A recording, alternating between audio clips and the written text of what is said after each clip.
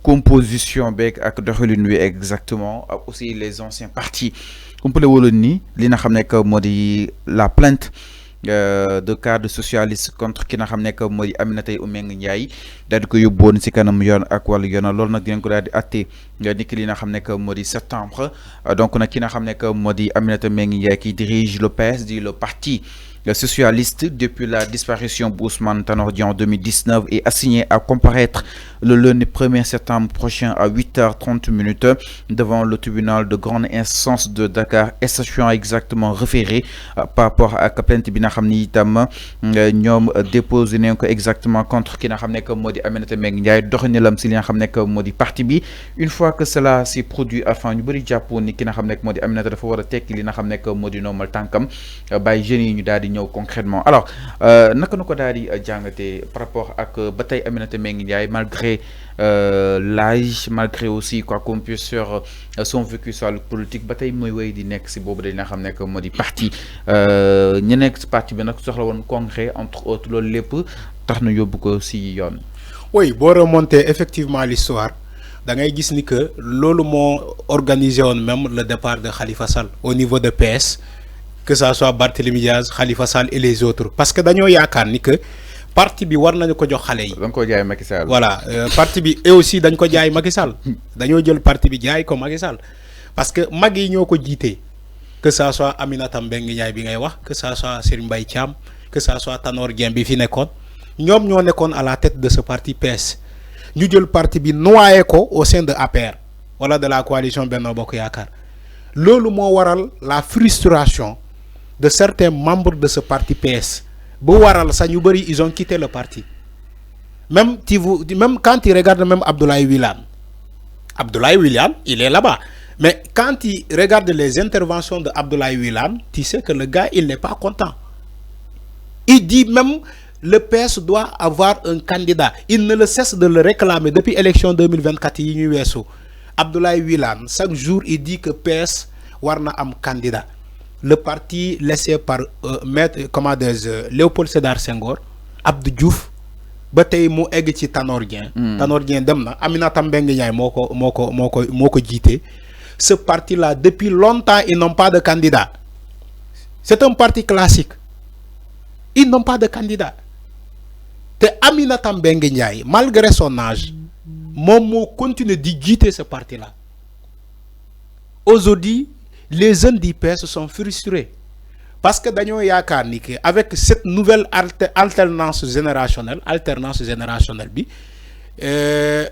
mag yi war nañu mën a jël parti bi jox ko xale yi parce que seen morom ñoo nekk au pouvoir bu ñu naree opposé seen morom yi la ñu war a opposé wu.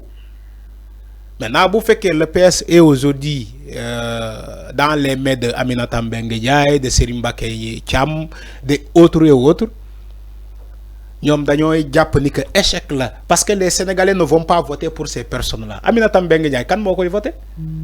Ken du ko voter? Non, ken du ko voter? Aminata Mbengue Ndiaye mu ngi fi depuis jamonoy Abdou Diouf, Senghor, Abdou Diouf, elle a tout vécu. Basta. Ken du ko voter? Maintenant, pour nous voter pour le PS, il va falloir renouveler ce parti-là. Renouveler. Nous sommes au congrès. Le parti de responsabilité, les postes de responsabilité, nous avons des parti bobo. Ils ont de la compétence au sein du parti PS. Donc, c'était ça le maître mot. Nous avons le parti, nous avons parce que Diamano Bini, avec la nouvelle tendance au Sénégal, la nouvelle tendance politique, c'est l'alternance générationnelle. C'est des jeunes qui sont à la tête de ces partis-là. Moustapha Niasse l'a compris avec l'AFP. De faire l'AFP,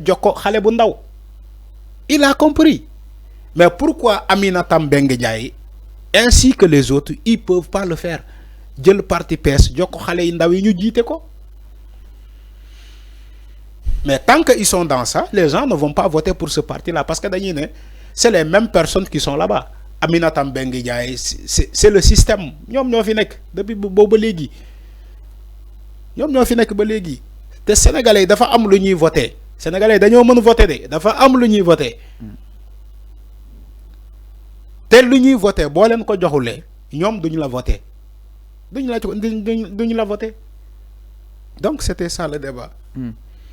Alors il y a aussi concret lu waru mën am la foofu Soudan li nga xam ne que moo le parti socialiste. Oui, bien sûr. Warna dem congrès pour les élections de 2027, les élections locales. Mais aussi les élections de 2029. Takku Wallu, Macky Sall ak ñum andal. Oui, xam Takku Wallu c'était pour élection législative pour ñu am ay députés. Mais je crois que le PS est ambitieux pour les élections présidentielles. Abdoulaye Wilane wax nako. En 2029, le PS doit avoir un candidat. Okay. Donc il n'est pas dit que nous devons continuer de boiter, moi di nek ay al topé. Parce que le PS c'est un grand parti.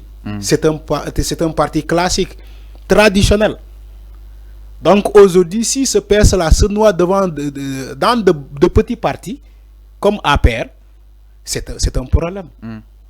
Lolu mo waral ni que Sénégalais yi bari japp ni que peut-être c'est des intérêts personnels.